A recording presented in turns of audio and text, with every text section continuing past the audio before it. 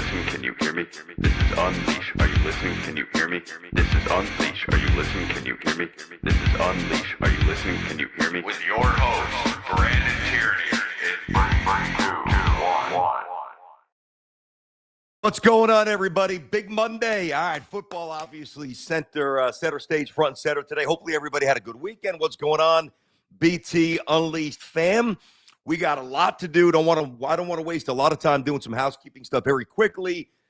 There's some separate content coming today. That will be St. John's head coach Rick Pitino. All right, so that's going to air at 2 p.m. today. Really excited to have Rick up on the show. And obviously, the Big East week is massive at the Garden this week. I can't wait. We've got 3 burning questions as well.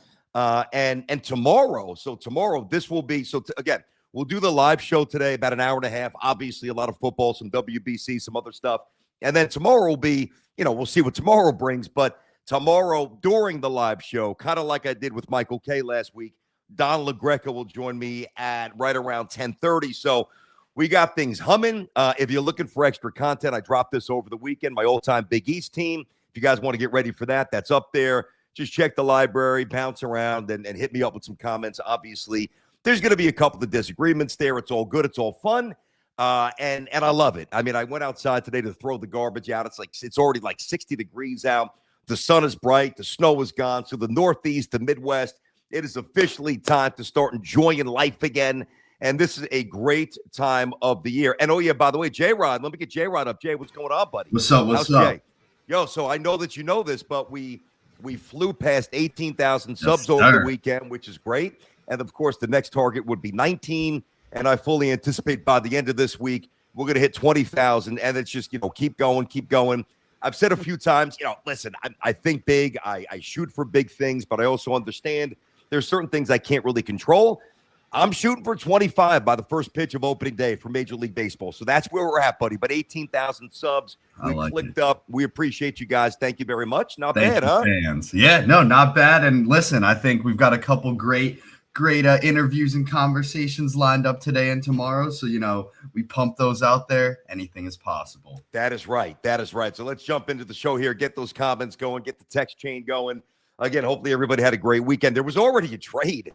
Let me get this real quick here. Jay Owen. What up there, Jay Owen? How you doing, buddy? What up, BT? What up, Jay Owen? I know free agency is just starting out. The draft's a month away. How many games are the Giants winning in 26? I mean, can you construct the roster? Can we at least get a roster? Listen, I don't know. I've got to look at the Giants' schedule. I've got to see what they do. I mean, to throw a number at you at this point is fairly meaningless. If I wanted to give you a neighborhood, 9, maybe I could see the Giants going 9 if things go right. And if Jackson Dart really is the guy that I think that he is, maybe you mess around, you get 10. Listen, I know that the Giant fan, like all the teams, all the fans of the teams that have really struggled for a while, you look at the total win number and you think big things. And I get it, it's being a fan. But I would just try to impress upon you right now. This might not satisfy your question, even though I said probably 9-ish in that neighborhood, give or take one, the other, in either direction. From a Giants perspective, which is very different than the Jets because nobody knows what Aaron Glenn is and some of the other tenuous coaching spots in the NFL where guys are on thin ice and they were brought back. I don't know. But what I do know is that the Giants brought in a champion and he's making all the calls and he knows what he wants. And the Giants are going to be a major league operation again instead of being a little bit of a sideshow circus like they've been for most of the past 10 years. So you got the guy. You got the head coach. Giants are moving in the right direction, and now other teams have started to make moves. And there's a reason why. Yeah, Muji. I was going to get to that. Thank you very much. There's a reason why I've said anytime I talk about the Jets or anytime I talk about a team that's bad, that you're trying to glean any sort of intel that is, I guess, fuel for you to think that maybe your team's headed in the right direction. Yeah, you want to look at the head coach and the quarterback, but one of the things, really one of the only things that I love about the Jets right now is their general manager. Everything that Darren Muji's done, it's been on point, it's been proactive, it's been forward thinking, it's been very modern. I love what the Jets did here today. So I'll get to the Fitzpatrick thing in a second. Just broad snapshot. I don't know really why they do this. It's kind of weird. The NFL, like the league season starts in 2 days, but it's March. I don't know why some of the numbers with the salary cap is paralyzing mentally. I don't understand all of it, but the legal tampering obviously starts today at noon, and you're already getting stuff with trades, whatever. And then, of course, the new league starts Wednesday at 4 when the moves can officially be announced. But you're talking about $300 million in excesses. I think it's 301.2 as the new salary cap number, which is the highest in the history of the NFL. And there's some big names out there. Kenneth Walker, talking about the Giants before. I don't think the Giants actually swim in those waters. There was a thought that they might. I think that his number is going to be too rich. And I don't even think that the Giants need to. I think Tyrone Tracy's fine. Hopefully Scatterboo physically should be back fine. I don't know that you need to devote those kind of resources here for a running back. But Trey Hendrickson is an edge. You've got Alec Pierce as a wide receiver. The quarterback market, I'm looking up at the screen now. We know this was a little bit ago. The Packers trading Rashawn Gary to the Cowboys. Dallas been making a lot of trades lately. Wow. All right, so let me first start with a general thought on free agency, okay? It's obviously fun, and if you're a bad team with a lot of money, like the Jets and like the Raiders, especially the Raiders with the first overall pick with Mendoza, there's a lot of juice, there's a lot of energy, but there are and I don't think that this really applies to baseball or really even the NBA, but there's just something about NFL free agency that's exciting, but really misleading. Because what happens with NFL free agency, I'm not saying there's no good deals. There's a lot of good deals that happen over the course of time, but generally you wind up overpaying. You overpay to fill voids, right? Where, a certain player did X, Y, and Z with a certain team, and he was in his prime, and now he's kind of on the back end of his prime, but you got a lot of money, you got a lot of holes, so you kind of overpay a little bit. And it's exciting for those fans today and Wednesday when they're announced and all that stuff, when the deals can come to fruition. But largely, it's misleading. And a lot of times, I think it's fool's gold. I think the way you build a team in the NFL, and you could say this about the NBA as well to an extent, but not really. Because think about all the bad teams that sign a prominent free agent, and it changes things on a dime. Whereas in the NFL, how many times will you sign a free agent, and then within a year or two, you're either grossly disappointed from a statistical output point of view, and then also the team's restructuring that contract, or the team's looking to, he's getting cut, and then the dead money and all that other stuff, all the economics of the NFL. So I'm not trying to stifle anybody's enthusiasm. I'm not.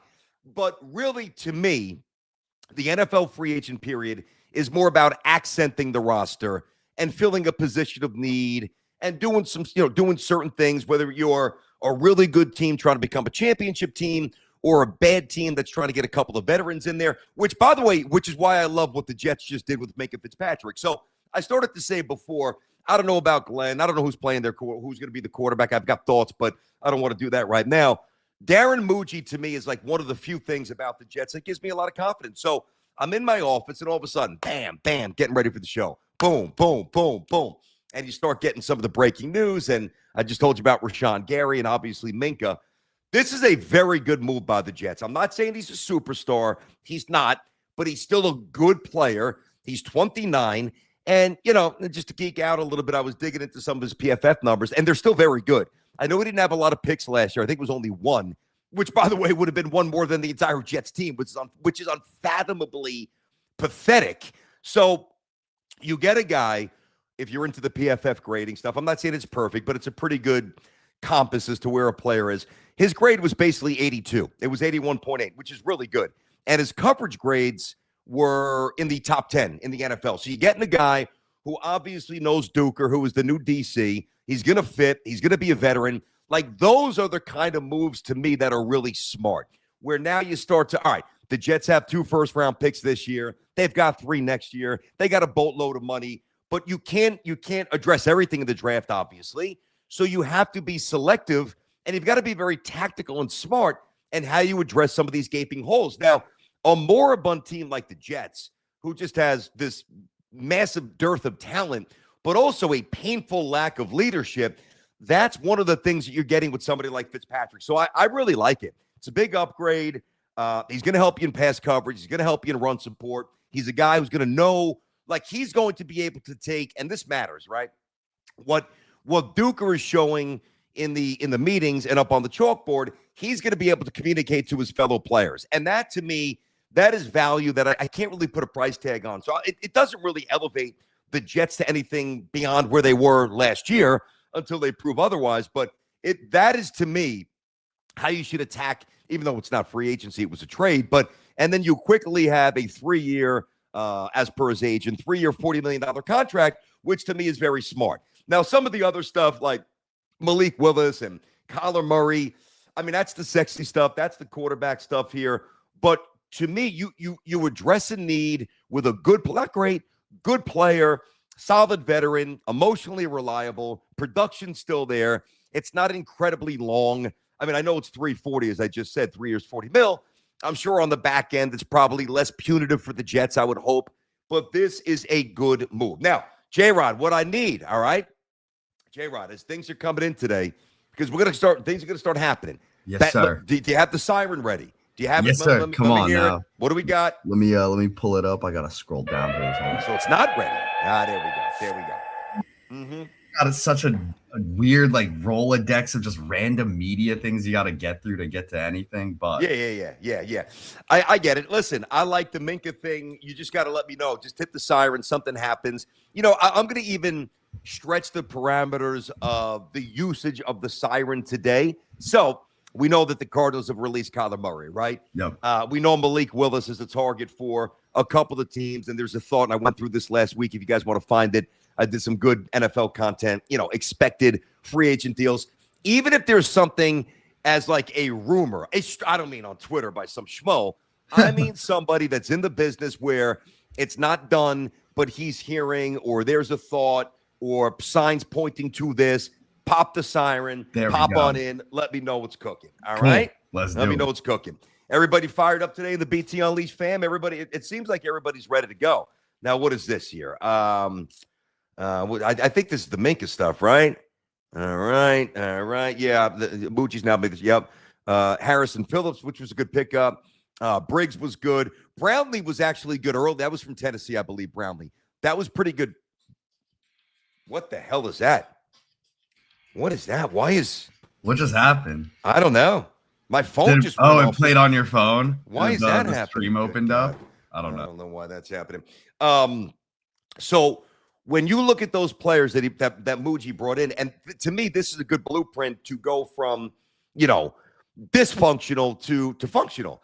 You don't give up a lot. Like, there's a reason why he was accruing all these 6th round picks and 7th round picks. Again, I'm not saying that Minkah Fitzpatrick's a star or even a superstar, but he's a reliable veteran who could still play. And think about this. When you've got all that money and the Jets have, top 2, top 3 money in terms of free agency and effective cap space available, these are the kind of moves that you can make. And I am surprised the Dolphins and the Jets settled on a deal. You don't see that interdivision trade too much, but we're off and running here. But I really do think that today and tomorrow, and certainly on Wednesday when these can be announced here, I think if you were to go back, J-Rod, and look at previous years and somehow able to gauge the reaction by a lot of different fan bases with some of these free agent signings, there's an overreaction because we crave action. Yeah. We want news. We want players imported. We want certain guys cut. But in large part, if you're trying, whether it's the Jets or anybody, if you're trying to build your team in free agency in the NFL, it's a recipe for disaster. These guys are free for the most part. These guys are free for a reason. They really are. Yeah, no, I mean, there's a reason they're not locked down, and now it gets exciting where it's like, okay, what sort of storylines are going to arise today? Like, we got one here from Jay Owen after the draft. I want to hear BT say, "I'm not saying Super Bowl, but I am saying playoffs with Jax." Yeah, you go. Yeah, I mean, I appreciate that. I'm not just a little wind-up robot in the storefront window. Do this, do that. And I've got to do it. It's got to come from the heart. That, of course, was the absolutely asinine, I could admit, in hindsight, the insane, crazy, viral rant that I did the day after Rodgers got hurt. And somewhere along the way, I don't know why, playoffs with Zach. I think the exact terminology was, I'm not saying Super Bowl, but I am saying playoffs with Zach. Hey, and I think that's one thing that I've learned here, right? And it's different in the NBA where, one player like a Brunson can make, enough of a difference where you can go from here to here, even if it's not a championship team, whatever. But I have learned my lesson. You will not hear me. I don't think that then again, when I'm wrapped up in emotion, I guess I can't really guarantee anything. I am now a more measured with certain things. I know that sounds hard to believe. A little bit more, a different level of process for, I think anything pertaining to the Jets. Because as many of you know, as all of you know, that was my breaking point and that was my reset. So when it's time to get excited, I'm going to get excited. I'll probably get a little bit too excited with certain things. That's me. And I'll probably overreact negatively to certain things because that's me to an extent. But I think as I think about this out loud, who am I kidding? That's nonsense. You're not going to get a more measured me with the Jets. What am I saying here? Why am I even trying to sell that? That's not going to happen. The expectations will never be tempered. It's always going to be a full-fledged reaction. Well, here's the thing, and this is what makes me unique, and I've talked about this a lot, and I think many of you know this. When you think about the psychology of me as a fan, and I'll use some of my friends and former colleagues as an example, right? So you got Joe B, negative with everything. I know he wants the Jets to win in the Mets, but because Joe is a Met and a Jet fan, you know what Joe brings you. Evan's a little bit more grounded and a little bit more reality-based, and I think Evan's different than Joe. But for me, as a Yankee Jet fan, even though the Yankees haven't won forever and the Yankees are no longer what they used to be, and that is a source of my consternation with Brian Cashman, as everybody knows, my Yankee fandom and my Yankee, what they've given me, I think it seeps into my Jet mindset. So, and J-Rod, you and I are going through this for the first time. Now, we did the Unkillable shows back in the day when you took over midseason, and it was great. But my mindset as a Jet fan is not the usual one. The usual Jet mindset is we're going to suck. If we can fail, we will. It will be in colossal fashion. We're never going to get it right. I don't think that way. To me, that is an inherent loser. I'm not calling Joe. I don't mean it like with Joe. I'm just saying for me now. I cannot subscribe to that because if I was to subscribe to that, then why am I doing this? I mean, that just strips away all the fun. So it would be called Killable. The podcast would be Killable. Yeah. True. DOA. That toe tag with PT. It would be unenjoyable. And to me, I don't really think anybody wants that. Now, not that I'm going to do what people want. I'm going to do what works for me, and I'm going to remain true to me. But what you will see, I know this. Like if the Jets are which is why part of the reason I was so optimistic, even though Rodgers went down, because they actually won that game against the Buffalo Bills. So I think if they would have lost 30-7, I don't think I'm getting. I still would have lost my mind, but I'm not getting on the air saying playoffs with Zach and this and figure it out. I would have been a different type of rage and negativity. Like I promise you, I don't know who the Jets are playing week one. Schedules aren't out. If the Jets win week one, watch the optimism. Watch. Oh man, it's gonna be great. Watch. Because what would we say? What'd you say last season? I remember it was like first episode 3 wins. Was it 3 wins, 4 wins? I forget the prediction. I don't even remember. I think I maybe said 7 or 8. Oh my gosh! You talking about before the start of the season? I just remember it was like after that first episode, maybe one of the first couple games we did. Oh man, who knows? I mean, there were so many wild fluctuations with the emotions, but again. Just now back to the entire thing here with the NFL. Cautionary tale to everybody out there. Just understand that the news that trickles in today and what you get excited about, there is a better chance than not that within a year or two, you will be lamenting a certain player, or you will be pining for that player to get cut, or he will get cut, or there will be a restructure. This really is fool's gold. Number one, and I described this, Jay, the other day, like there's a massive difference between cap space and effective cap space. And that's just not the way you build because you're overvaluing players. Like, guys, I'm not saying that there's no free agent values to be had or moves to be made that will bolster you. But to me, they've got to be more second line moves. They've just got to be. Maybe a team has one highly paid wide receiver and they can't really justify paying somebody else that they really want to keep. That's different. I'm not talking about those guys. Or, maybe take Linderbaum from the Ravens center, right? because they don't really differentiate between a tackle and a center. So that's somebody like that player who's terrific and still very young. That is somebody that you've got to really think about if you want to retain, because now if you're paying a center like a left tackle, it's not very plausible in terms of economic solvency moving forward. So I'm not saying that there aren't any loopholes or anything that slips through the crack. But again, I've already told you, I have sent the word of caution. As you tweet away and you peck away and you hit your boys on your WhatsApp chain and everything that you're doing as you're structuring and plotting out your off season, understand more moves than not that come into your team's purview or on the radar, you will lament and you will actually regret. You won't regret them today, and you won't regret them Wednesday when they're actually announced, but down the line, you will regret, and you will absolutely lament there. All right, so let me get back up on the full. Thank you. Oh, look at that. Good timing there, J-Rod. Told you about Patino at 2 p.m. today. Told you about Donnie tomorrow at 10:30. Now, listen, I don't know Peter Rosenberg very well. Matter of fact, I think I've only met him once. We were on the same stage doing a panel. My good buddy Jason Barrett Media, phenomenal media outlet. Just awesome to see what he has built that machine into. And now they've expanded beyond sports. He was a great program director, and he's just a great, shrewd mind in the business. And he's got the BSM Summit, and I was asked to come and speak a couple of years ago. I think it was the COVID year. So I was up on stage with Peter, and I was up on, I think it was myself, Rosenberg, Bomani Jones, and I think Feinstein. No. Jared, what's the dude's name again? Why am I forgetting his name? I don't mean to describe him. I'm not trying to take a knock, but the bald guy with on ESPN, college football. He's a monster. Anyway, it was the four of us up on the stage. Not SVP. Right? Feinbaum. Gotcha. No, yep. Of course. Paul Feinbaum. I know. Yeah. Scott is a great guy. And Feinbaum was up there, right? So it was the four of us. So I don't really pretend to know Peter.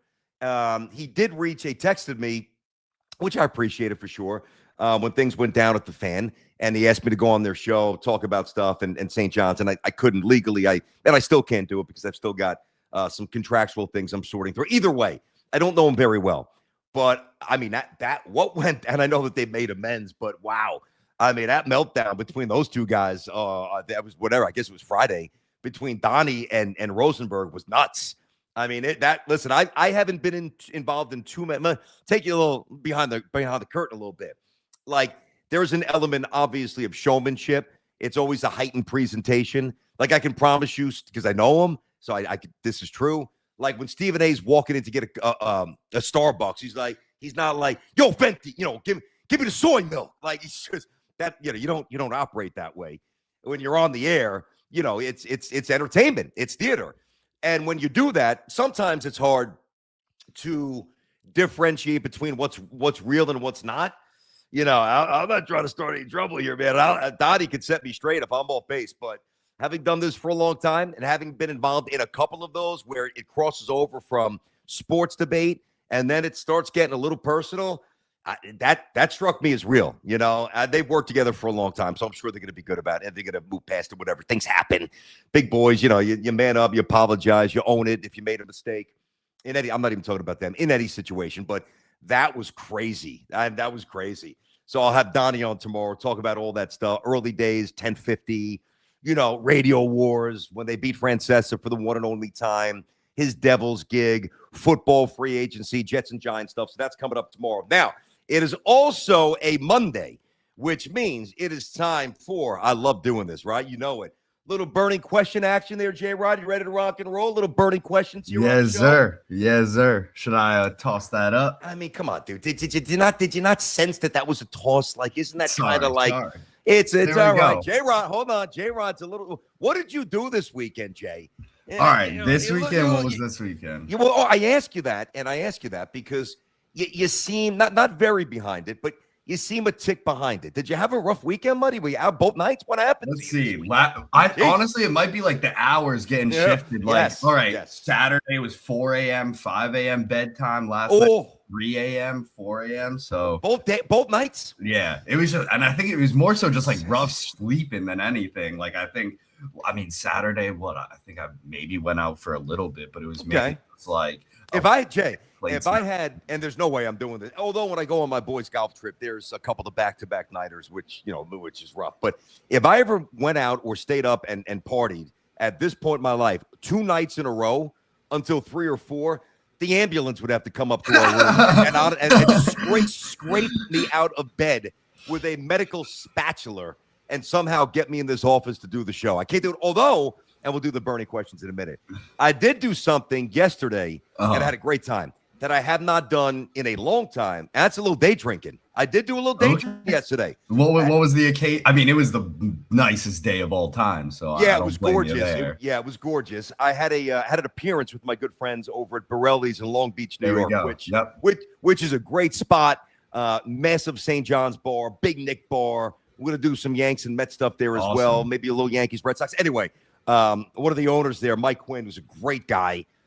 He reached out to me. I think it was last year. He's like, "Hey, I know you're not going to travel for this particular St. John's game. We're a big St. John's bar. Long Beach is awesome. I used to hang out there a lot back in the day. Long Beach, New York, not Long Beach, New Jersey. Yep. Awesome spot, dude." He's like, "What do you think about coming out doing a St. John's watch party?" I'm like, 100%, man. So I came out, and Johnny's won at the buzzer. Zuby hit a jump shot or a little tip-in, whatever it was. Place went bonkers. It was packed. And then because it went so well, he invited me back this year, and we did another watch party. St. John's won. And he's like, "What do you think about extending it to maybe to a Knick watch party?" So I had a Knick Laker watch party yesterday, which was awesome. And the surf sides were flowing. Spikes was flowing. And, a little day drinking. I wasn't driving. They sent the car. But that was yesterday. I didn't go nuts, man. I wasn't irresponsible. Sure. I'm in public, whatever. But it was, But I put it this way: 2 more, and that needle's tilted in the other direction where it's a little bit past the point. You go from T to D, where you go from exactly the needle push. No, that's true. That's a good way to put it, man. All right, so that was my day yesterday, and I'm gonna be out there. We don't know when, but I think it's gonna be one of those Yankee Red Sox games up in Fenway, up in Boston. All right, so. Baseball's around the corner. Football's here. Big East week. Weather is awesome. A great week. Let's get it. 3 burning questions right now. We will hammer that out. I love doing this every Monday. Of course, brought to you by our good friends at Sullivan Papain. All right. Get fired up with Sullivan Papain at every St. John's home game this season at the Garden. Remember the name, Sullivan Papain, a winning team on the court and in the courtroom. Find Sullivan at triallaw1.com. That is triallaw1.com. Sullivan Papain. Remember the name. All right, so the first question, and what I try to do here is do things that is a little off the actual content. So I'm not going to do NFL free agency. I'm going to try to find some other stuff. Question number 1. All right, here we go. With Selection Sunday less than a week away, who are the 4 number 1 seeds right now? Good question there. All right, this is pretty easy. The top 3 are absolute locks here. You got Duke 1. I've got Michigan 2. I've got Arizona 3. Florida right now would be the other 4 seed. Now, of those 4, I think the only one that could possibly change maybe would be Florida, depending upon if they were to get bounced early, whatever, SEC tournament. But listen, if you want to know, obviously net ranking and all that stuff, here's what you need to know. First of all, Duke beat Michigan. So, even if Michigan wins the Big Ten, and I would say say if Duke lost the ACC championship, and I think Duke's going to steamroll everybody. They're going to win this tournament, right? If St. John's doesn't. But Duke is just, I think they are beyond reproach. But they did beat Michigan in a neutral site game. So they've got a 15-2 quad 1. And that's what you're looking for. Like, what's the quad 1 record? So Duke is 1. Michigan 28-2 on the year. 13-2 in quad 1s. How about Arizona? 29-2. They were undefeated for a long time. 15-2 in a quad 1. And then, again, I don't think that this will change, but maybe Florida, the less or the least firm grip, if you will, on those potential 1 seeds, 25-6, but a very solid 11-5 in the quad 1s. All right, that is question number 1 here on 3 Burning. Number 2, what do we got there, J-Rod? Question number 2. All right, which conference will earn the most overall tournament bids? Well, I'll answer that, but let me start with what's nearest and dearest to me. Big East is only getting 3. That is absolutely crazy. Now, I think UConn's really, really good, and I think St. John's is good. I do worry about St. John's backcourt a bit, like if they get the wrong matchup, if they're not hitting threes, or if the backcourt's a little shaky, even though the Johnny's front court is incredible with Zuby, with Mitchell, and with Bryce Hopkins, the portal transfer from Providence. But to me, the Big East having only 3, this is just a little side, 3 Big East teams is utterly unacceptable. Like, I like Val Ackerman. I do. I've met her a few times. But they've got to get their act together. Some of the things that the Big East is doing right now, it's hurting them. You know, you got big games on Peacock, and that's not a knock at Peacock, but that's got to be a better a more visible outlet. So the Big East is only going to have 3. So now as I answer the question, well, to me, it's the SEC, all right? Now, also understand that, and I'm going to rip through the teams in a minute. Understand this. I'm not saying that the SEC is better than the Big 10 or the Big 12. Those conferences outside of maybe Florida and maybe, you know, Alabama's pretty good, whatever. Tennessee's pretty good. I think when it's all said and done, I think the Big 10 and the Big 12 makes more of an impact on the actual tournament itself. But I think the SEC is going to get 10. And I've read some things. I don't really agree with this, but there's a thought they might get 11. I mean, you're talking about obviously Florida, Alabama, Tennessee, Kentucky, and Dickie V was ripping Kentucky over the weekend on the broadcast. And I don't blame him. Kentucky spent $22 million on NIL money. I mean, they're good. They ain't special. Talk about a lot of wasted money. Arkansas with Cal. You got Texas. You've got A&M. You've got Missouri. And you've got Georgia. So, to me, the SEC is going to get 10. That'll be the most. All right, finally, a little different sprinkle in here. So, many of you, I'm sure, are getting ready for your fantasy baseball drafts. Some may have already had them. I like to do it later and closer to the start of the season in case there's an injury or whatever. But excluding Judge and Ohtani, based on ADP, who should be the next player off the board in fantasy draft? Now, it really depends. Like some of you will say Skubal if you're looking for a pitcher. I'm always going for that position player who can run and who's got power. And to me, this is the easiest question of the day. It's Bobby Witt from Kansas City. Number 1, he's going to hit 30 home runs. Number 2, he's going to smack 40 doubles again. He's going to steal 30 to 40 bases with his eyes shut. And I don't know if you guys realize this, and even if they didn't do this, I would still say that Witt would be the answer. They moved the fences in. It's always been a pitcher-friendly or, at the very least, a hitter-neutral, but more pitcher-friendly, hitter-neutral field. They moved the fences in, I think, 10, 12, 15 feet. So whatever Witt's done thus far, it's going to be even heightened because it's going to be easier to hit home runs. So that is the answer for me. It's going to be Witt. Awesome player. I've been watching the WBC. I love it. And I'm going to get to the WBC in a moment. We'll get more of these texts as well. But again, every Monday here on the show. Appreciate it. Sullivan Papain, of course, 3 burning questions brought to you by Sullivan Papain. Check him out online, triallaw1.com. That's triallaw1.com. Remember the name, Sullivan Papain. All right, can I ask you guys a question? Let me first ask J-Rod. Jay. What's up? I know basketball is your favorite sport. You really do know NBA well. I give you credit. Thank you. Mm-hmm. Also, speaking of, check the shirt. Oh, yeah, I got it yesterday. I figured you'd like it. I do like that. Where did you get that from? Was that like an thrift eBay store? Thing? Wow. Thrift store. It was kind of expensive, though. Not gonna lie. Let me guess. All right, kind of expensive. Now, first, because the older shirts, it's an older one. I know it is. I could tell. So it's a little vintage, right? The older T-shirts back in the day were not made with that nice fabric, like that soft, pliable fabric that we get now. Exactly. It's like it's a rougher thing. Gotcha. I kind of like these shirts, but it's not as soft. Yeah. Okay. So it's a different quality. Is it 20 years old? Is it more? About? I'd guess probably 20. I'd guess 90s. $55? Less. 35? Less. I mean, so what are you complaining about? No, it's not bad. I mean, listen, I'm just saying for a thrift store, man. How much? Thrift. It was like 30. It was like 30. You were close. Come on, dude. You're walking around. Pull that. Stand up. I need you to stand up. I got to see the whole thing here. Yeah, here. Wait. Larry Legend in the house. Oh, that's money. Look at the form. No, it's a dude. Cool one. That's a great shirt. Yeah, no, it's a good one. I mean, I understand. Worth every penny. Yeah. I understand you're not raking in the money yet.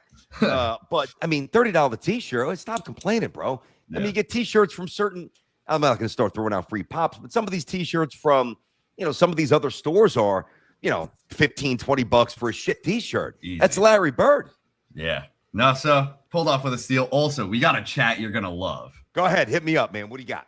Hey, BT, what do you think? Had a coffee date planned yesterday with a girl from the gym. She said she couldn't make it 45 minutes prior, texted her back and said, all good, no worries. Should I follow up? Okay. See, I love these kind of questions. I am here for the advice. All right. I live vicariously through many of you at this point with that stuff, as J-Rod well knows, although he's not really doing a whole lot on that end. So I guess I got to follow through on the Unleashed fam.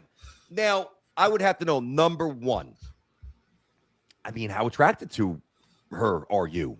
If she's a 6, whatever. Let it go. Yeah, don't waste your time with that. If she's a 9, if she's a 10, you bet your ass you follow up. So that's the first thing. So if you can follow up, who sent that again? What was his name?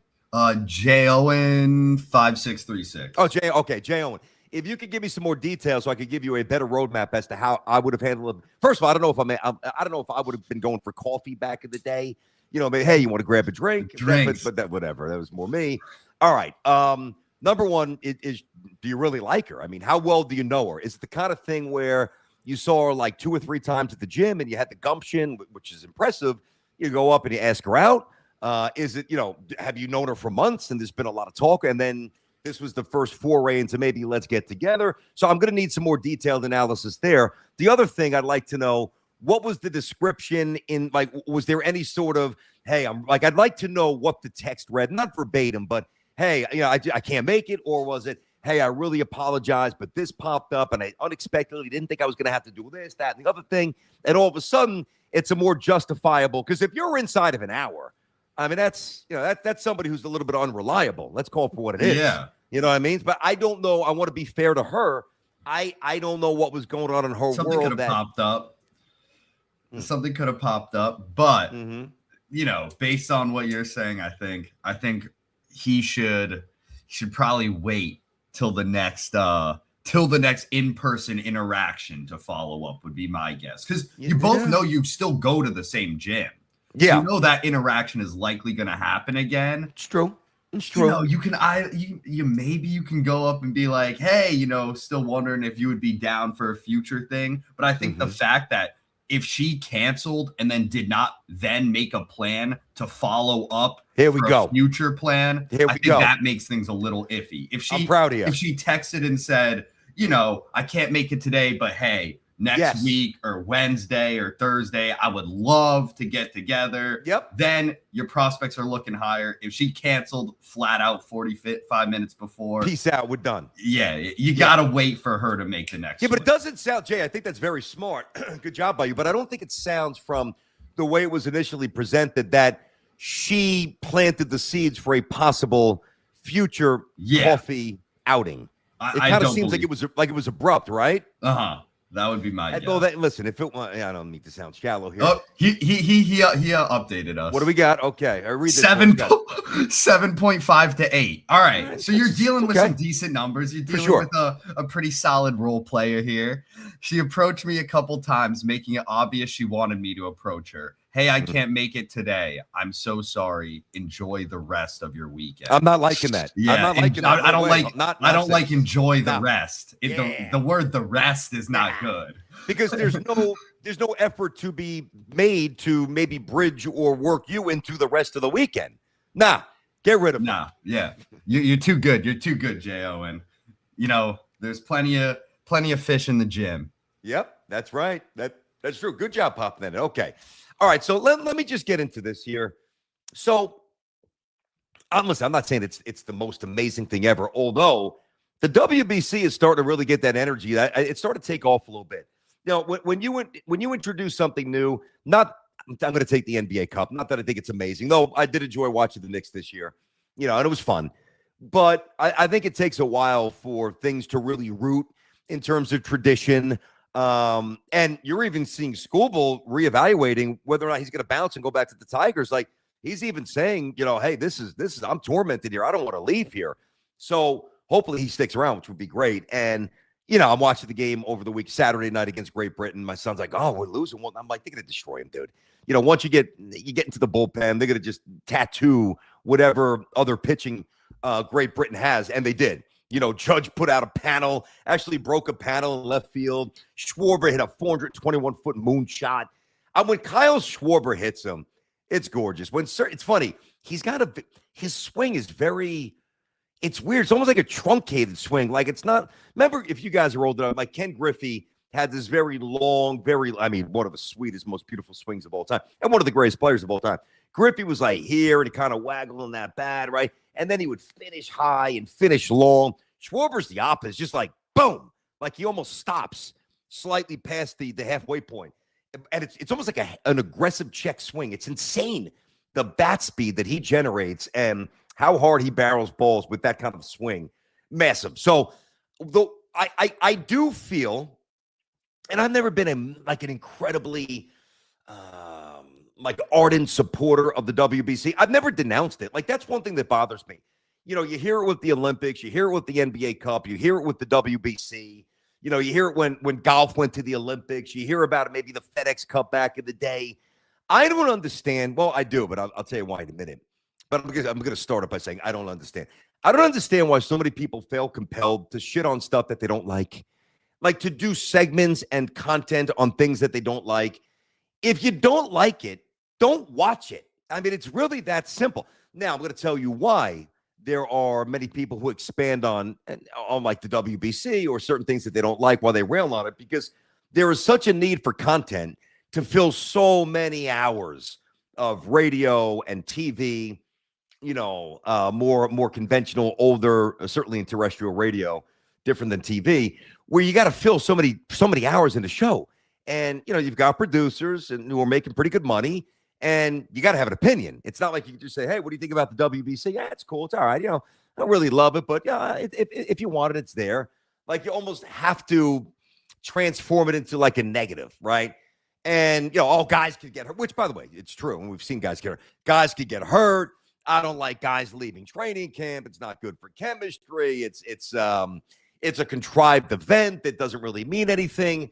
I don't know, man. I love watching the WBC, and it's grown on me. And first, I love the uniform. I have not bought a jersey. I said this to my family. We were watching, like I was watching with my son, and then even my daughter and my wife came in, and they wanted to see Judge hit. And I said, I'm like, I got to get that jersey, man. I got to get, and I think I'd go with the away one. I think I'd go with the darker one. But the white or the blue USA jersey, sick. I can't remember the last jersey that I bought. Somebody made a BT and Sal Jets jersey for us. Somebody gave me a Ewing jersey somewhat recently. J-Rod, can you remember the actual last jersey? Not a retro vintage T-shirt that you bought. The last jersey that you bought. I really think I'm getting one of these USA WBC that ones. I bought or that I got from Santa. That you bought. Yeah. That you bought. That you actually bought. Oh, I can't remember. Okay, it's going to be a random one, dude. Okay. That's all right. It's a weird one. It's like, yo, who played number 55 for the Ravens back in the day? And he got into some trouble. You really? You got it. Who was it? Who was it? Not. It wasn't. Was it Ray? It was another dude. It wasn't Ray. Oh, that's right. Ray wasn't 55. 55 Ravens player. You sure you're not talking about Ray Lewis?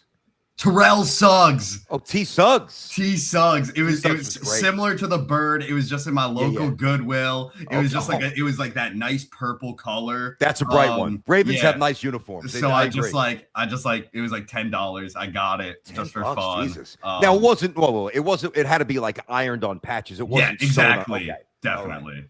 I think the last jersey. Let me see. I remember getting a Wayne Corbett jersey, the professional one with the numbers stitched on. When he first came up in the mid 90s, I got a Curtis jersey. I don't know, but I really think I'm making the purchase. I think I'm making the WBC purchase. But anyway, back to what I was saying. I don't understand. Well, I do, because I told you why. But like, to me, it's very simple. If you want to watch something and it's there, watch it. If you don't want to watch it, don't watch it. I do think, and I know, you know, I think I'm not talking about necessarily like, say, the halftime show, which was divisive for some, and there was a lot of talk around that. Obviously, sure. You know, I'm not talking about that. Even though that was out of control, hijacked, and annoying, and almost infantile and pathetic. After all, don't watch it. What do you want me to tell you? Man? Don't watch it. But I mean, that was hijacked. I think anything, especially for baseball, that attracts eyeballs and gets the newer, younger generation into it is awesome. And the other thing, and this is just a generational thing, I am tired. All due respect, and listen, I'm more with the people that I'm about to address than not. I'm done with the younger generation, with the older generation, complaining about these players having fun, celebrate. Who the hell do you think you are? Honestly, part of the reason why baseball has not grown the way it's, and I know they've got good TV deals, and it's globally in terms of Japan and like the expansion of the game. I'm not talking about that. I'm talking about maybe the popularity within the United States, where it used to be America's pastime, and now it's not. It's obviously been football for a long time, but the incessant need to shit on these young players who are out there vibing and having fun and celebrating and letting it flow. Dude, get over yourself. You really do sound like the old man on the lawn. Get off my lawn. I just cut my grass. Get off my lawn. I just planted the seeds. Get off my lawn. There's flowers that are trying to bloom. Dude, get a grip. It is so fun and so explosive and so fast and so fresh. Like what baseball's turned into, it's amazing. The athletes are better. Now, I'm not going to say that all parts of the game are better. That's a different part of the discussion. Growing up, I don't need to see bunts, but there were more triples and there were more hit and runs and there was more contact. And when there's more contact, you get a chance to see these great defenders do their thing. Baseball, this is a critique of the game, but this is separate from the celebration. Like there's too much inaction. You either walk or you hit a home run or you strike out. And to me, that is bad. And there's many ways to fix it. I'm not going to get into it now, and they're trying to, but that is a little bit of that's going in the wrong direction where, you're looking for trajectory and, swinging up and trying to get the ball in the air and hit home runs. I think that's been a detriment to the game, but you look around the game and you watch the WBC, and I mean, the Latinos they got the right idea. Enjoy the freaking game already. I mean, what are you supposed to do? You're supposed to, I love when these guys do it. You rip a double, you rip a 2-run double, places going nuts, 35, 40,000 people, wherever you are, right? And you're on second base, so you're supposed to just like rip off your batting gloves and put them in your pocket and just look for the sign from the third base coach. Get loose, man. Celebrate. Do this. Point to your chest. Flex to the dugout. Talk some smack. And the other thing too is like, well, it's disrespectful. I'm over it, dude. Maybe there needs to be somebody who knows baseball like I do, loves baseball like I do, but is also old enough to kind of put some of these old heads in check. It's just over the top. Again, get over yourself. It's not 1968 with Bob Gibson and Don Drysdale and Sandy Koufax. It's not the 70s with the Big Red Machine, Johnny Bench and Pete Rose. It's not the 80s with Ozzie Smith dropping down bunts, and pitchers, sacrificing 30 times a year. It's a different game, man. And the players today, they don't want to hear you complain. They don't care what you think. They really don't. And at this point, neither do I. Like, I get it. Generally, there are certain things that I like more from when I was younger, like the way in the NBA, the way they protected the paint. There was more, I think, defensive integrity. I think for all sports, there was less familiarity. Guys jumping around team to team, hugging each other after a game. Like that, I can't stand. That's why I got all over Mike Brown when the Warriors, knocked the shit out of Karl Anthony Towns. And, anytime Green's on a podcast, he's always eviscerating Karl Anthony Towns. And you got the Knicks head coach after a game. I know he's got a relationship with him, hugging up Draymond Green in full view of Karl Anthony Towns. You lost the game, and they dumped all over you, one of your stars. Get it right. Like, that stuff's different. I'm not talking about that, right? But I just don't understand, like, the resistance to young players bringing energy and bringing a freshness to the game. I just don't get it. I'm sorry. Things weren't always better back in the day. Silent movies, to me, seem pretty boring. You know what I'm saying? Like, some of the music is, I'm not about to tarnish music because we're about to go Pete Rosenberg, Don LaGreca if we get into a music debate. Oh, yeah, yes. Good pull right there. Good pull. That's funny. There you go. Like, if you're going to interrupt, that's a good time to interrupt. That was very well done. Yeah.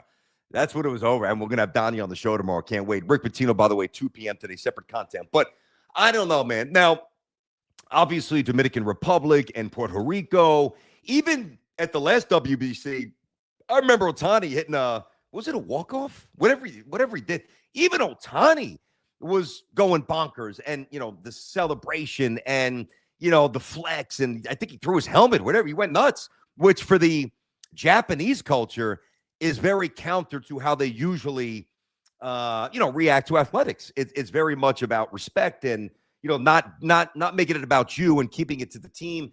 And listen, I don't know. I don't know why watching young players have fun bothers people so much. But the reaction, you think it's the worst thing in the world. You would think that somebody ran in the stands and confronted a fan, or fired a baseball in the stands, or flipped off a young kid. Dude, you're playing sports. You really are.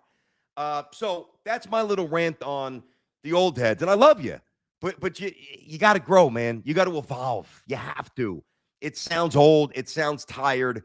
And nobody wants to hear it. You really don't. And one of the things that you get, and it's some of it is rooted in being, what's the word I'm looking for? Being a little bit too, like the self-glorification, look at me. All right, that's one aspect of it. All right, whatever.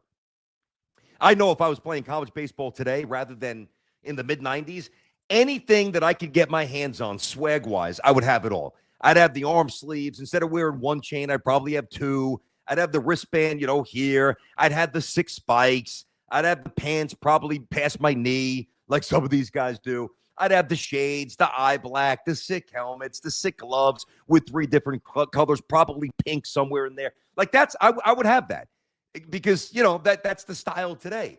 I think a lot of you, who complain about this are probably still some of the, boy, I'm really going in on the old generation today, or some of you who probably still want to see golfers wearing khakis with bellies and, boring white Izod shirts tucked in. Come on. I don't know, man. I get it. You can remain married to certain things that were great when we were kids. So there's the celebratory aspect. And then there's the other thing. And this I get to an extent, right? Like, I do. Like, I don't, and my kids don't do it. My children don't do it. And kids I coach don't do it. Now, I would interact with them differently than I would my kids. But if one of the kids that I coach, not my child, if they did something that I thought was below board in terms of being really disrespectful, certainly to an umpire, but certainly to an opposing player, I would have a talk with that player. I really would, right? But many of you that have an issue with this, you say, well, it's the unwritten rules, and that's not how you comport yourself. Dude, if you're a home run, if you're a hitter and you smash a home run, number one, it's hard to hit, all right? So if you crank one 420, do whatever you want. Flip the bat to the moon, take 25 seconds to go around the bases, tug at your jersey. I really don't care. Now, if you're winning 10-1, that's different. Now, that's a license for the next guy to take one in the ribs. There is a responsibility with some of these things. I'm not saying it's a no-rules game. Like, certain things should still apply, and you should still respect certain things, within the parameters of sportsmanship and being competitive and doing it the right way. But how many times does a pitcher strike out and stare somebody down so he can do it and we can't do it, or vice versa? Get out of here. Get out of here. That's it. I'm over it. All right. Charlie F6675. Charlie, what's going on, buddy? My issue, except the pitch clock, which I like, are the new rules, the larger base pads, the man on base extra. So am I reading that right, Jay? Right. He's got an issue with those, or no? He's got an issue with the bigger pads? I think he's into the rule changes would be my guess. Okay. So his issue, except for the that's what I'm saying. So, right? He likes the pitch clock, dislikes the other new rules, the larger base pads, the man on base extra innings. That's what I thought. All right. Now, there's no, ghost runner in the postseason, so let's not waste a whole lot of time on that. I love baseball. I don't want to watch a 17-inning game that goes for 4. I'm not watching it. I don't care if it's the Yankees, Red Sox. I'm probably going to fall asleep. Like, there's just a limit. I mean, I'm not talking about playoffs. I'm talking about regular season game. You got to get them out there. You got to preserve the arms. That's really what that was born out of, just to kind of keep it moving. The pitch clock is great. You could make the case, and some have, that because you don't get a chance to fully regenerate physically because it's now more condensed, you just got to get back on the bump and throw a pitch, that maybe, and we need more data before I can say this definitively, but there's some people who's wade into these medical waters where they think that there's some more injuries because pitchers are back on the rubber, getting the sign, they got to go, I got to beat the pitch clock, let's go. And they're not able to really generate and regenerate their body to to hit max exertion, all those limbs and all that torque and all the stuff they're creating at that level. All right, let's see in 5 more years. Give me some more data to either shoot that down or co-sign that. I like the bigger bases. Number one, it's a safety issue, number one. Number two, there's an art to sliding. And the swim move, like 10 years old, you got to be able to do it. If you're playing at a fairly high level, you've got to be able to go hand, I know most of you know this, but the swim move basically is when you go in head first, and you're never going to want to do that going, break it up too. It's like on a steel, whatever. And listen, there's pluses and minuses. Like, I don't want kids going in head first at the plate. There's too many shoulder separations. You could do that at third base. Jeter did that years ago in Toronto when he separated his shoulder going head first. You hit somebody's knee. But anyway, the swim move is when you go head first and then you basically just lift up your arm and you go around and you get the corner of the base. So to me, that's a tactical thing that rewards athleticism and all those other things that basically every young baseball player can do. Just unless you're just a monster of a man, like a big power hitting DH or first baseman, all these kids can do it. So I don't know why that's really bothersome.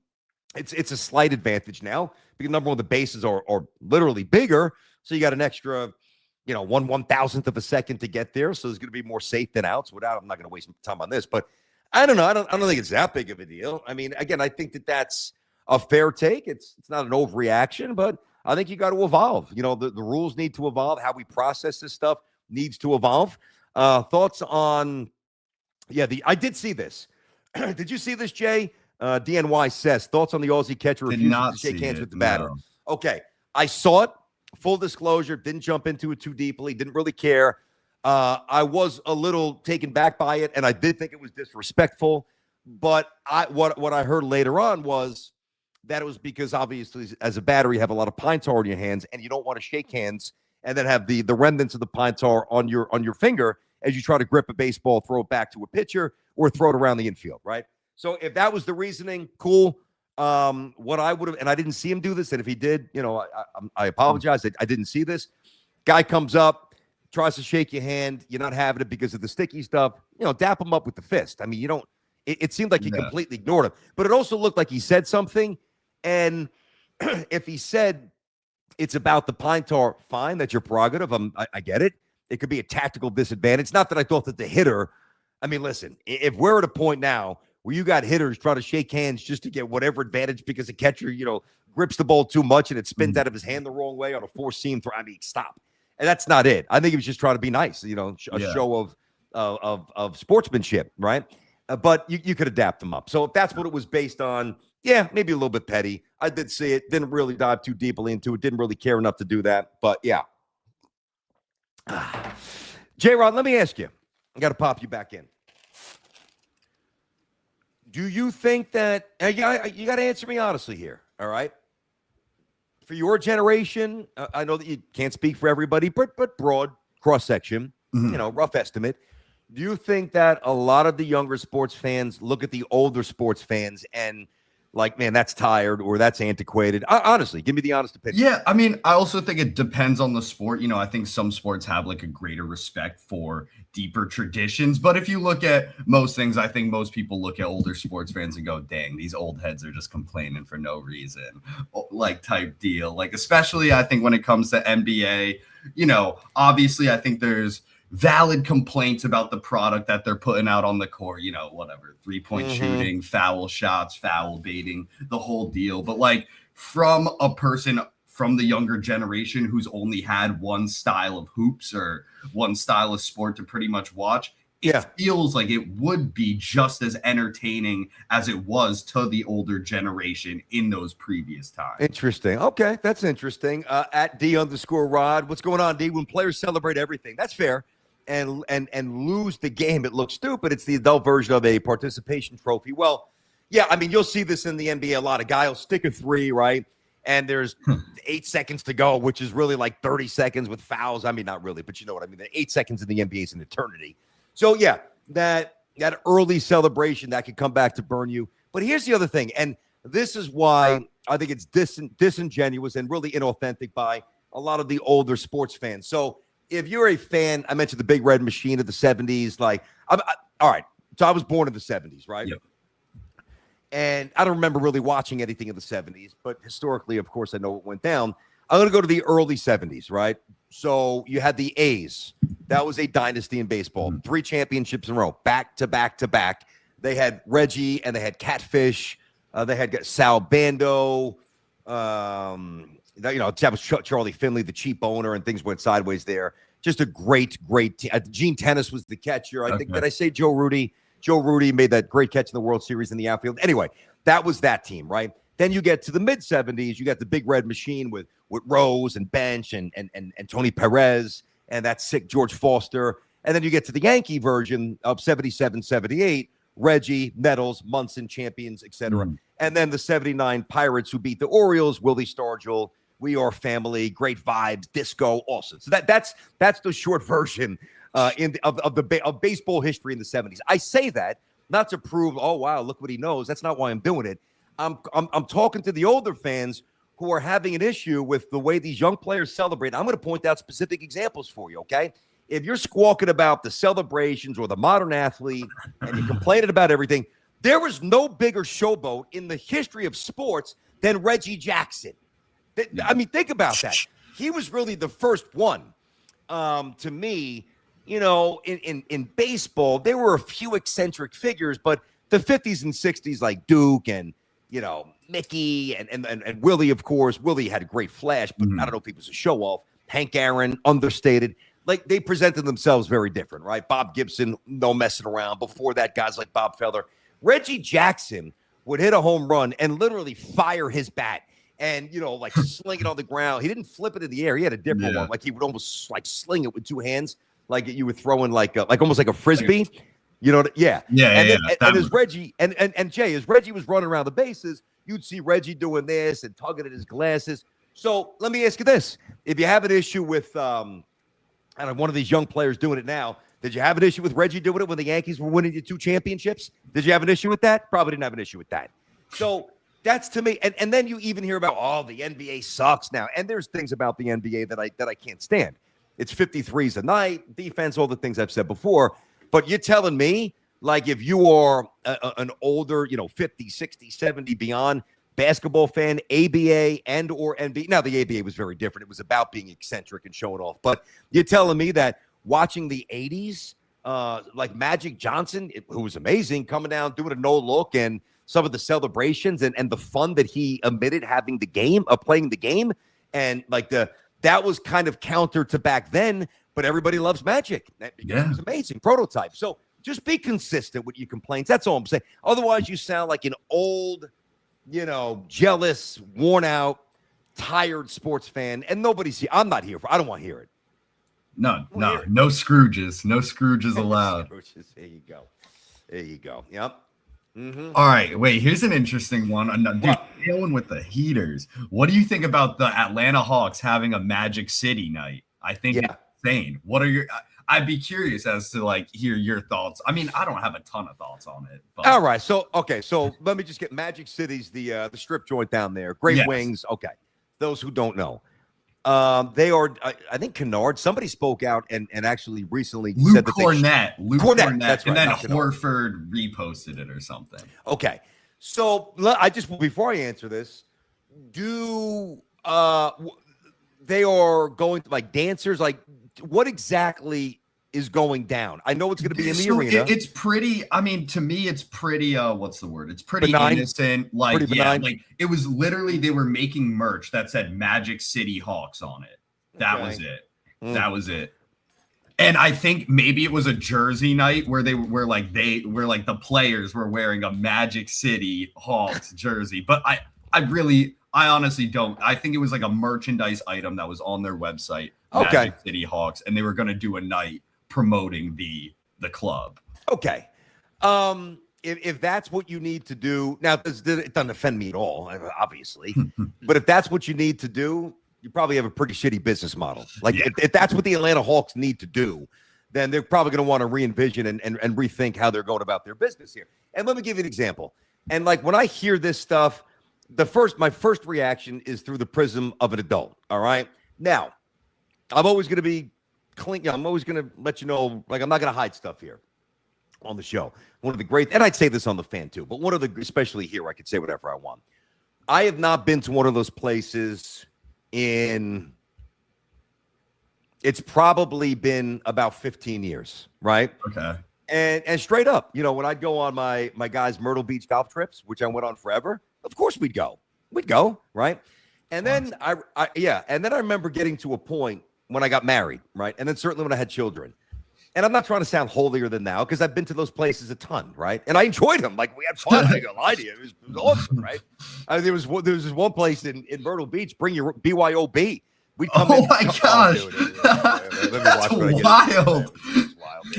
Let me be careful with that. But we would come in with, you know, a case of beer, a jug of vodka, just, you know, me and like 7, 8 guys. And they just give you a cup and they give you a cooler full of ice and have yourself a good night, right? Anyway, I remember towards, I guess it was right before COVID, and obviously maybe a year or two before COVID. I think it was the last time we went to Myrtle, and now we've kind of done some other trips. Sure. Long story short, I remember I was going, and I was doing the national show with Tiki, all right? And one of my affiliates, we had about 200 affiliates around the country, and one of our affiliates was in Myrtle Beach, and they used to call a lot. It was like a strong affiliate. So shout out, I love Myrtle, Grand Strand, great time, Broadway on the beach, a million golf courses. I played them all, and I've sucked on all of them. Left a million balls in the state of South Carolina, but I got a lot of love for Myrtle Beach, coastal Carolina. Love Myrtle Beach, right? And I remember we were sitting on the, like, we always like rent a nice house. We were sitting out there smoking a cigar and having some drinks, get ready. And my boys were getting ready to go, and I'm like, you know what?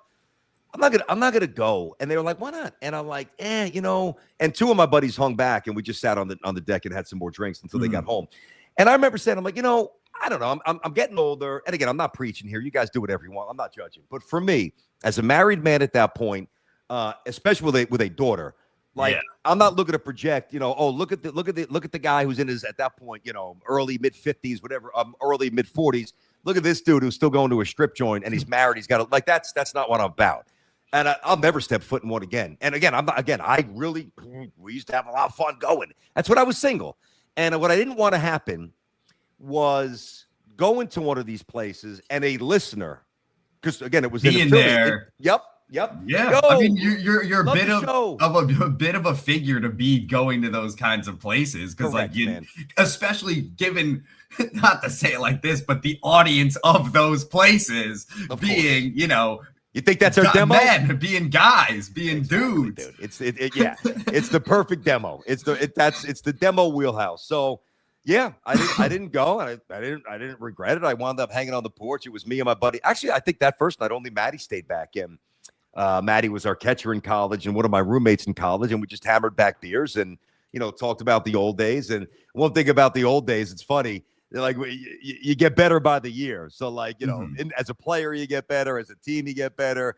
Everything gets embellished. And he lives in Connecticut, so I don't see him that much. So I didn't miss out. And you couldn't pay me to go to one of those places now. But again, I've been to them a million times, just no more. But I think let me now at least specifically more address what's going on with the Hawks there, right? Again, it doesn't offend me. Obviously, it doesn't offend me at all. But so let's take your 9-year-old son or 10-year-old son. And he says, Daddy, or your daughter, but I'm thinking more of this. I guess I shouldn't even, son or daughter. Oh, Daddy, that's a cool jersey they're giving out. Magic City. Was that a team like that? Is that an old team that's no longer around? No, it's you know, it's a restaurant. And at 10 years old, I don't think the kid knows even if they live in Atlanta, right? No, it's a restaurant that, you know, closed its doors 20 years ago. I don't know.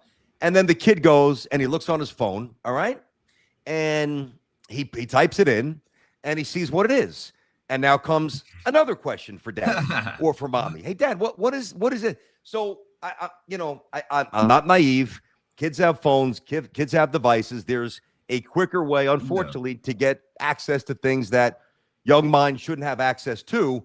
But, like, why are we speeding this thing up? I don't understand why they're doing this. Like, are they going to get 10,000 more fans at the game? Probably because not. some stupid. No, you're not. Like, nothing. You're gonna get nothing. You're gonna get a stupid promotional night, a couple shirts that'll sell for like $30 more on eBay. Is my thought, and like that's that. You know, and even so, it's like that's why I'm almost I teeter on it, because it does feel relatively inconsequential. Like, you know, if you're 13 or 14-year-old kid, you already know.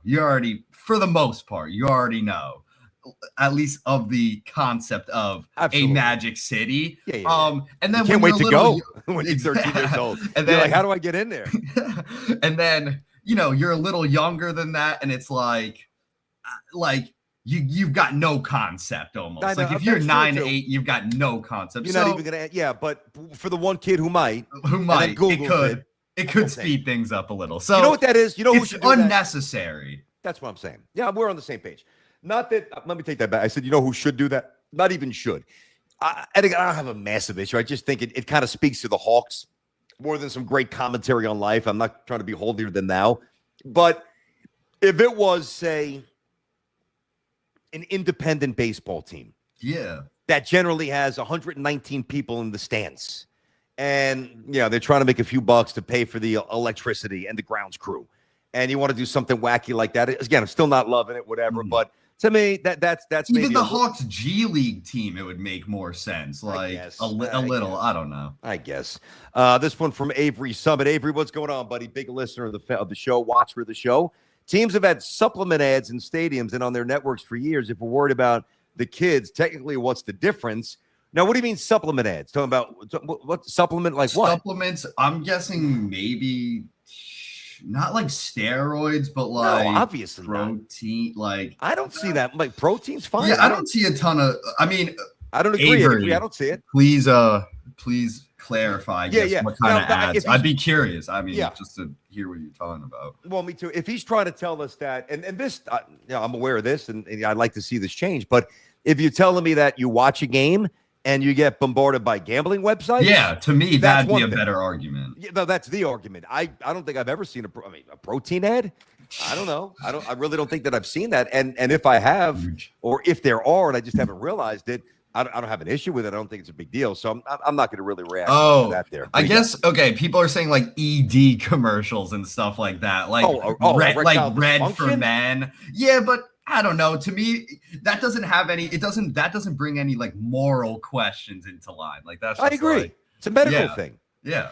Listen, here's what happens. Red. And I will say I don't want to completely shut down what Avery's saying, because there are certain commercials that are run. Forget about the gambling stuff, where I'm like, I wonder if they're understanding this fully yet. I'm not talking about like the ED stuff, but like there's certain things, messaging, and I'm like, probably over their head still. All I know is, and if you watch a game, like you get hit with like heart medicine and all that different stuff, you'll see that invariably over the course of any national game, right? Mm-hmm. I just remember, and it's more and more pronounced now, but I remember when I was a kid, like that didn't register. I would just look at that stuff with like it was a blank screen, like, all right, when is the game coming back on? I don't think kids are processing that. And even if they are, I mean, I'm just trying to think how I would handle that. Like if my son said, Dad, what is ED? You just kind of because that's the thing. I guess you kind of just let them. Jesus, I mean, how would I'd probably answer in a very broad term. I'd say, well, I wouldn't say that it was specific to something pertaining to, adults in terms of that activity. I would say, well, listen, as you get a little bit older, you got to stay on top of things, heart medicine or blood pressure. I would kind of generalize it and lump it in there. That's not a big deal. I don't have an issue with that. All right. I do have an issue with the Knicks getting absolutely rolled yesterday again. This is my problem with the Knicks here. So they hang 142 on Denver. You see, and I'm not going to go into this too deeply because really the Knicks season's going to be written, even though I think they've got about 18 or 19 games to go. We'll see where they finish up with the seed. Yesterday was gross. Yesterday was absolutely repulsive, the way they played against the Lakers. Now, all right, they're out west. They're in hotels, but no LeBron. National profile, game of the week. Can you play a little bit better than that, man? I mean, Luka Doncic absolutely torched them. There's not, Reeves did as well. See, but my problem with the Knicks now, and it's kind of gone a little bit away because Cat's playing better and better and better, and I've got to be fair to him. Now, as he's playing better and better, and I acknowledge that, I've seen some things from Jalen Brunson that have not been as desirable, and he's got to start getting his act together. And shooting has not been the way it was. He only had 9 points against Denver, and they still scored a lot, which is both interesting and whatever, because they could score that much without Brunson doing a whole lot. Is kind of a good sign for the Knicks. But I'm going to tell you exactly what the problem is with the Knicks. All right, when they don't hit threes, and I know that you could say this about a lot of teams in the NBA, and there's a correlation statistically to when you shoot the three, well, the chances of winning goes up. I understand the math. But specific to the way the Knicks are built, right? When the Knicks don't hit threes, the Knicks never grind out a win. Like, they never tough one out and find a way, like, resourcefully. And I know that their defensive numbers have been very good lately. So those are two separate things. Generally, during most of those wins, and they're top 10 efficiency-wise in defense in the NBA, and they've had a lot of games where they've given up fewer than 100 points, but some of those were bad teams, and I get it. I'm not taking points away. You beat who's in front of you. But does anybody that is a Knick observer, a Knick fan, or an observer of the NBA trust, and this is probably my most inherent issue and fear and concern, which I believe will prevent the Knicks from winning a championship, and hope I'm wrong, is when they're not knocking them down from three, they don't really have another way to beat you. They just really don't. Like, the Pistons could push you around. They can shoot like shit and still beat you. The Celtics, they've won, 7 playoffs? I saw a stat last night. I was watching Sports Night on SNY last night. And I think it was playoff since Jalen Brunson signed with the Knicks and their ceiling elevated, right? Since then, the Celtics have won 7 playoff series. The Knicks have won 4. Celtics have a championship, obviously finals appearance. Knicks have neither. The Celtics, even if they're not stroking it from downtown, they can still find a way to get it done because they've got that DNA. They've got that winning DNA. And that's really what worries me about the Knicks. And, like, their shooting's good. Brunson's going to have big nights, and OG's going to have nights where he gets hot. And, Bridges, he had 0 points yesterday, dude. Literally none. And he didn't take a lot of shots, but good God. 0 for 6 on national TV. It's disgraceful. Come on. So, that was bothersome. They just didn't look ready. Mike Brown didn't seem to have – there was one point where they were getting smacked around, not a single substitution. Like, nothing to try to stifle the run that the Lakers were on. So that's problematic. It's concerning. And, Knicks – listen, I'm giving you a specific avenue here about the lack of three-point shooting kind of equates to the Knicks looking average and vulnerable. But I've said for a while, in more of a broad term, Knicks don't have enough dogs. They just don't. They don't have enough dogs. You think Bridges is a dog? Do you? He's not. And he's playing 30-something minutes a night, and he's making pretty good money, and you empty the draft capital chest for him. So he ain't a dog, or at least he's not the kind of dog, maybe a little lap dog. He's a Pomeranian. Yeah, he's a little Shih Tzu. What else? I'm giving another small dog here. I don't know, whatever he is. A little Chihuahua whose bark is gonna be stifling, but he ain't biting you. I want a couple of pit bulls. I want a couple of Dobermans, man. I want a couple of German Shepherds out there. I want a couple of Rottweilers. They just don't have enough of those guys. So, I could throw the basketball stuff at you, which I have many times, but I could also throw what I just threw at you. And at the end of the day, push comes to shove, I just don't think that the Knicks have enough dogs. And, man, I wish that they did. At CLR 8810, what's going on? Appreciate that. Thank you very much, man. Man, I remember those nights with the boys ripping cigs, beers, and hitting AC, capping off the night by visiting the women of the night. Well, what do you want? Wildest BT Unleashed comment thus far. I just had to throw it up. Oh, my gosh. Yeah.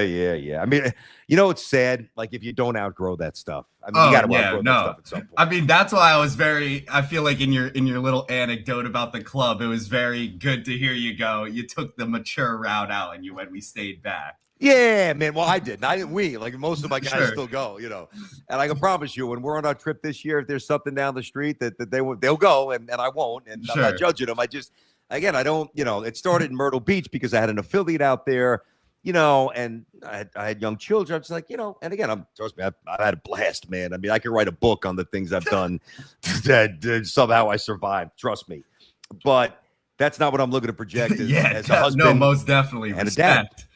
A dad. Derek Jeter, little video of the kid taking his crap. That's all I can say. I love that. Meanwhile, that little guy, how old's that little guy now? Now he's probably like 16, 17. Probably is. That kid was adorable. Crazy. I love that. That's a good GIF right there. No, the saddest thing too, and I guess, who am I to judge people for companionship? But Like I remember, then you'd see somebody like you'd see the older guy. I don't mean like in his 80s, but like the older dude, he's just, firing singles and like he thinks that the girl's in love with him, like just stringing him along, taking his money. Dude, you got no chance.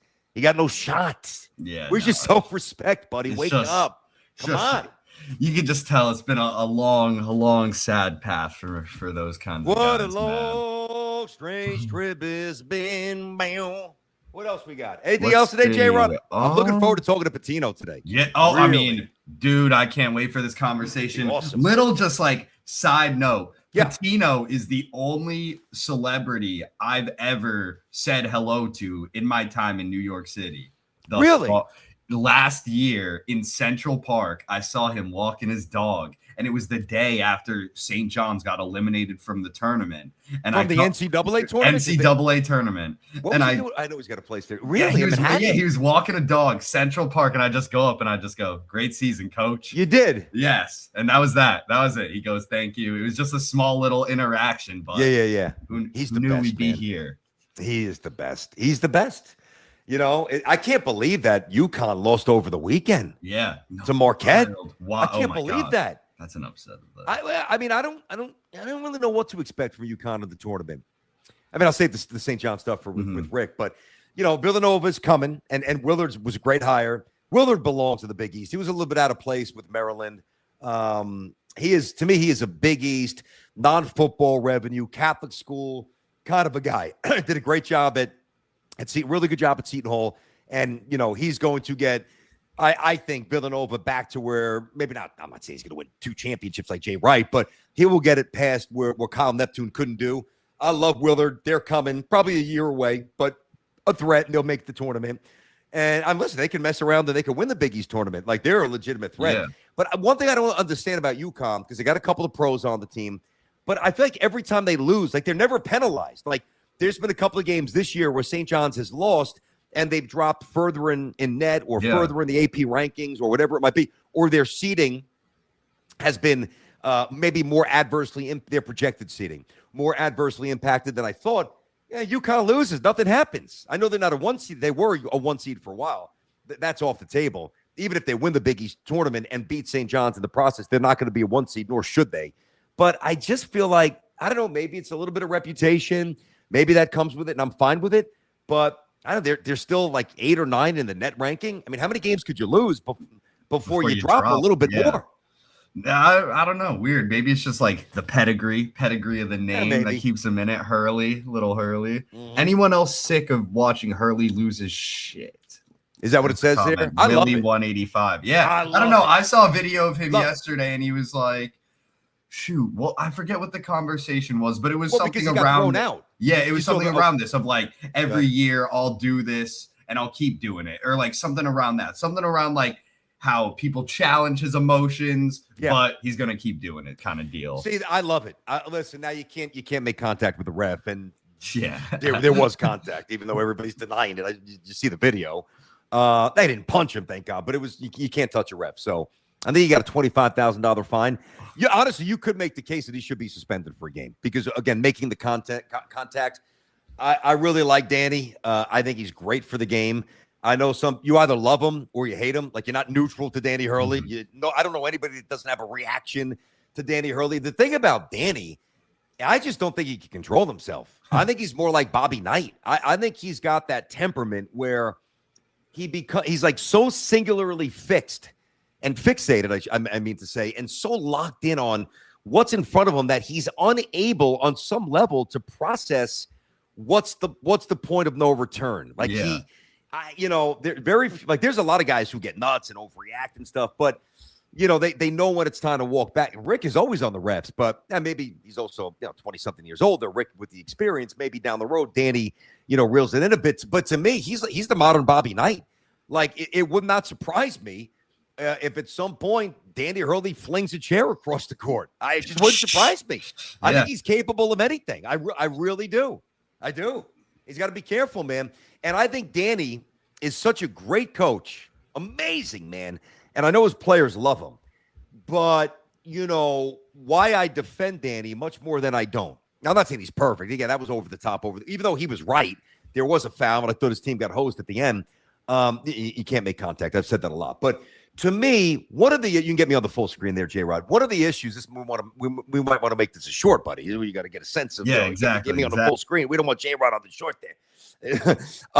To me, one of the issues with college sports, and I think sports in general, is that, the older guard, so many guys are like, dude, I want no part of this, man. Jay Wright, who's not old, but older. Jay Wright's, I'm done. Roy Williams, I'm done. I don't think Billy Self's going to be around. I think Billy Self soon, I'm done. I'm surprised Izzo's still coaching. I'm done. I think Boeheim would have coached forever if they would have let him. But to me, there's no personality anymore because all of these coaches, most of them are younger. That's why Pitino's so amazing, because Rick can say whatever he wants, and he doesn't really give a shit what anybody thinks. He doesn't care what St. John's thinks. He doesn't care what the Big East thinks. Doesn't care what his players think. Doesn't care what pundits think. He's going to tell you what he's thinking, right? Now, he's going to lay it out differently than Danny. The presentation's different on the court and in the press conference. But I think one of the main changes in college, but it's college football too, but certainly with college basketball, is that personality has been stripped away from the game for a lot of reasons. Some I just said. And most of the coaches are largely homogenized. Like, it's kind of antiseptic, very sterile, very benign. There was a point where, and I know that this was a million years ago, but think about some of the characters, and this ties into some of the content I dropped over the weekend. My all-time Big East team, starting five, reserves, honorable mention. Go check it out, like it, subscribe to the channel, like it, share it. If you know somebody who loves the Big East, I dropped it yesterday. I think that when I was growing up, certainly Louis would curse at his players, but Louis would never curse publicly. But he was a maniac behind closed doors and in the huddle. Rolly Massimino was this larger-than-life lunatic, amazing, like the grandfather presentation, publicly. Hey, look at little Rolly, little pasta Rolly, huh? Like this little, almost like a cartoon character, but an assassin in the huddle, right? You had Big John Thompson, a legend, this 6'10" former player, played with Bill Russell, unapologetic to speak about societal issues for the young black players, and that rubbed a lot of people the wrong way, but back then for sure. But John was outspoken and was a titan of his industry. Boeheim was ornery and was always agitated, always had this sour puss. I like Jimmy. This is not a knock. I've interviewed him a lot, been great for the game, but always had this sour puss on his face. Jimmy Calhoun, a little bit after that, F-bombs and go nuts. Like, coaches don't really do that anymore. And I think a lot of it is because they don't want the clips to go viral. So they're already kind of thinking about that before. Like back in the day, Bobby Knight could fire a chair across the floor. And the only thing that Bobby had to deal with was, all right, what's the Big Ten going to say? And he didn't care. And what's the back page of the, Bloomington Gazette? Well, I'm not even sure the newspaper, the Indiana Courier. I know the Indianapolis Star. I'm talking about more local to Bloomington. What is that going to say? And what's the one TV guy going to say, what question? And whatever it is, Bobby Knight's going to eviscerate him as well and just shut him up. Like, there's no repercussions. Bobby Knight did whatever he wanted. And, now the coach is not quite as large an entity on the campus like they used to be. They were larger than life, and they had the latitude and the license really to do and say whatever they wanted. I'm not saying that that's a perfect dynamic on campus. It probably kind of should be in a better world. The professors, probably make a little bit more money, whatever.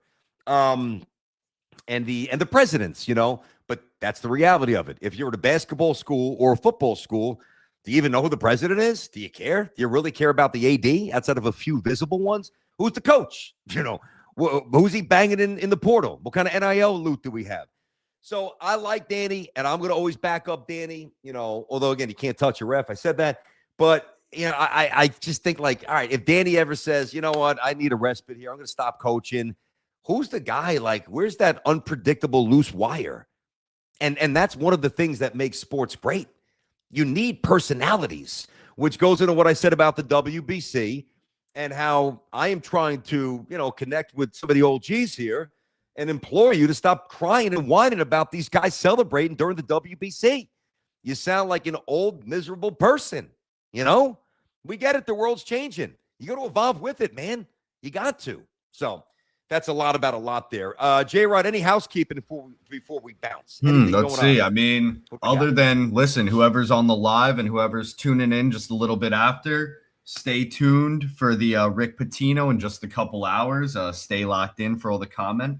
Obviously, Don LaGreca tomorrow. And for anyone looking for BT to break down the Minkah signing, beginning of the episode, I'll have a timestamp for that.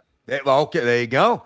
Timestamps for everything, right? Not just the Minkah stuff. All right. No, I already got them. They're already up. They're already up. Because I did see a comment. Now, I don't know if it was something that like a little technical thing. I saw a comment over the weekend. I saw that one too. Somebody was getting after the book, the marks. I didn't see what he was saying. Right? Listen, I went to the timestamps. I mean, they did line up. Maybe they're just like weren't enough division, but hey, well, you know what? Well, today we split it up into many more sections, so it'll be a little easier for you. All right, man. All right, so that's it. That is all the news that's fit to print. Hey, Rod, good job today, buddy. Appreciate you. Good work on that.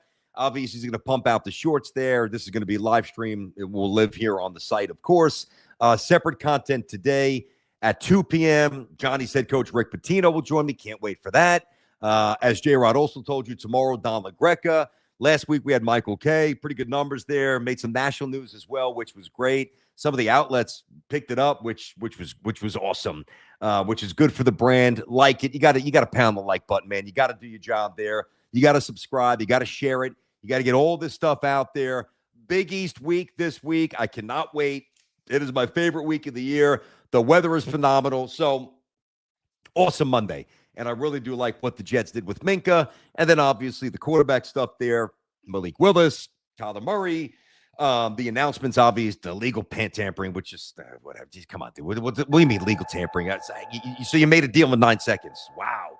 Legal tampering. And then it's so stupid. Buzzer beat. What do we got?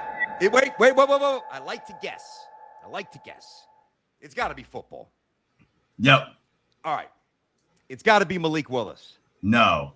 Kyler Murray. And it's more of an intense rumor than a true signing. Oh, remember that song Rumors?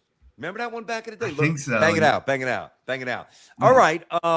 It's a rumor. Is it a rumor around a quarterback? Yes. Is it a rumor from somebody of substance without naming names? If you want, if you can if you want to, that we can at least believe is legitimate, or is it some nonsense rumor? I'd say it's slightly legitimate. Okay, let's hear it. All right. We've got a rumor that Tua to the Falcons per Schefter. Good luck, Atlanta. What's the thoughts? I think Tua stinks. That's my honest thoughts. I don't think he's very good. Now I think it's better he's going indoors. They've got weapons. They've got a tight end. They got a running attack. They're all like they've actually got some real weapons.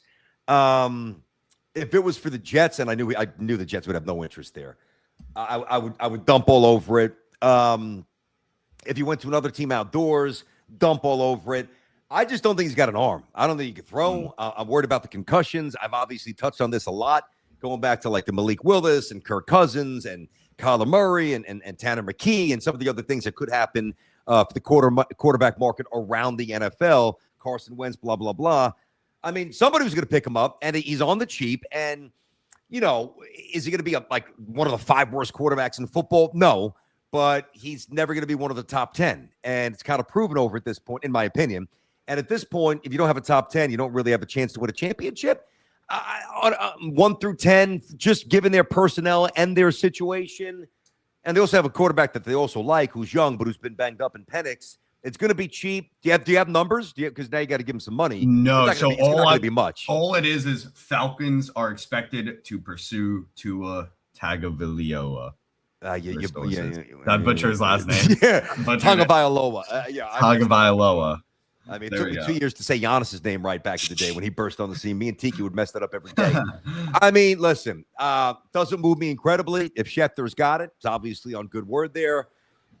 Whatever. I don't really think it changes much in the NFC. That division is a little weak there, so maybe there you go. Yeah, I mean, that's true, too. CLR 8810. Wish Mike Brown had some of that Danny Hurley fire. Listen, I get it, me too, once in a while. You can't be something you're not. That would not be his authentic self. So it's never going to happen. Guy's got one technical the entire season. It's basically St. Patrick's Day. He's got one. The one other thing, too, just to kind of tie it up. No more text there. We're good on that, J-Rod. Thank you, but I want to wrap it up. I want to get ready for Patino coming up at 2 on the show. Is that I think, Danny was flirting with the Lakers. You guys remember this? Was it not this? I think it was the year before, right? Either way, within the last year or so. I just don't know how Danny's temperament's going to play in the NBA. That's the problem.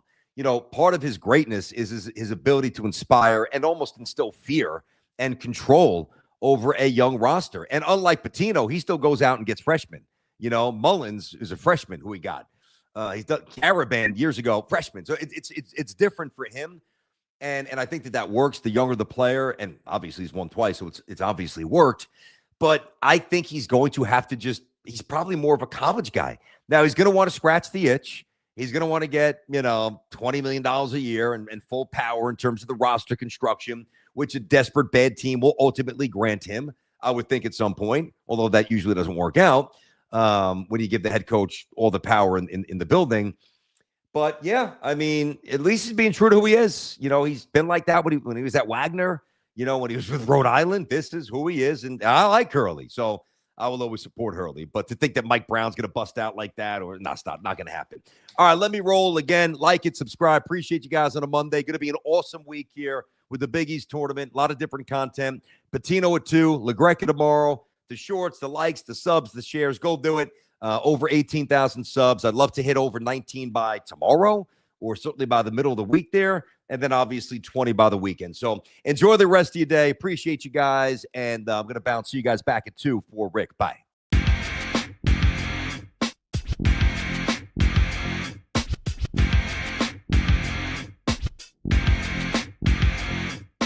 This is Unleash. Are you listening? Can you hear me? This is Unleash. Are you listening? Can you hear me? This is Unleash. Are you listening? Can you hear me? This is Unleash. Are you listening? Can you hear me? With your host, Brandon